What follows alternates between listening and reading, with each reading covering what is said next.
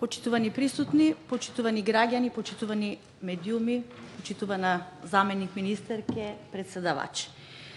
Не би сакала да заврши ова амандманска расправа ако не дадеме едно објаснување и да кажеме зошто ние вчера и денес во однос на одредени амандмани кои се однесуваат. Вчера, например, поминаа 34 амандмани, одбивме за детски градинки, меѓутоа беше дадено и објаснување дека постојат такви средства и тие средства треба да бидат само искористени со тоа што локалните единици како надлежни, во чија ингеренција се тие, треба да ги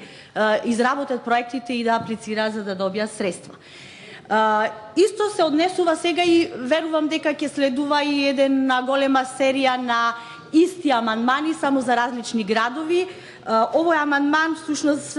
бара обезбедување и предлага обезбедување средства во висина од 20 милиони денари како би биле наменети за изградба на дом за стари лица во општина Охрид. Да, во сите градови каде што нема дом за стари лица се потребни домови за стари лица, меѓутоа тоа се исто така во надлежност и ингеренции на локалните единици кои што треба локални единици да изработат одредени проекти и да аплицираат за да може да ги реализираат тие проекти. Инаку за општина Охрид знаеме дека од ланската година општината даде одредено општинско земјиште, државно земјиште за јавно-приватно партнерство за изградба на дом за стари лица и веќе е во тек проект кој што се работи, веќе се изработена и планската документација и проектот ќе треба да стартува со реализација. Но не значи тоа дека нема потреба од друг дом за стари лица кој што би го градела општината, односно државата со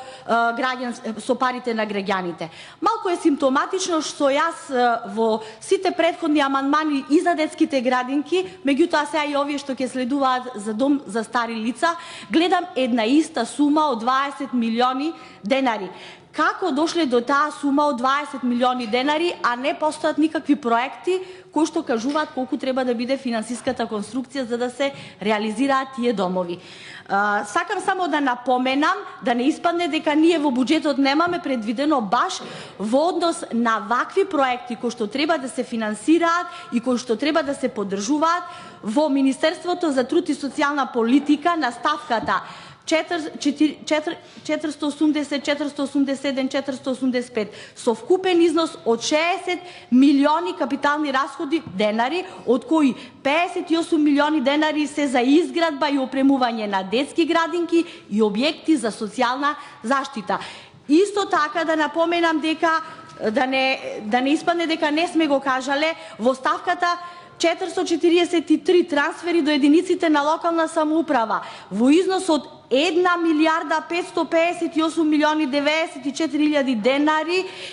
се префрлени за ќе се префрлат за блок дотации за детски градинки и домови за стари лица. Значи, напоменувам дека и владата, меѓутоа и ние како пратеници ги поттикнуваме локалните единици, локалните самоуправи да изработуваат проекти и кои проекти во буџетот 2018 ќе имаат приоритет, кои се најпотребни, нормално, без разлика колку што ќе чинат ако се завршени проектите за отварање на нови капацитети за детски градинки и нови капацитети за корисници од областа на социјалната заштита во кој што влегуваат и оваа категорија на барања. Затоа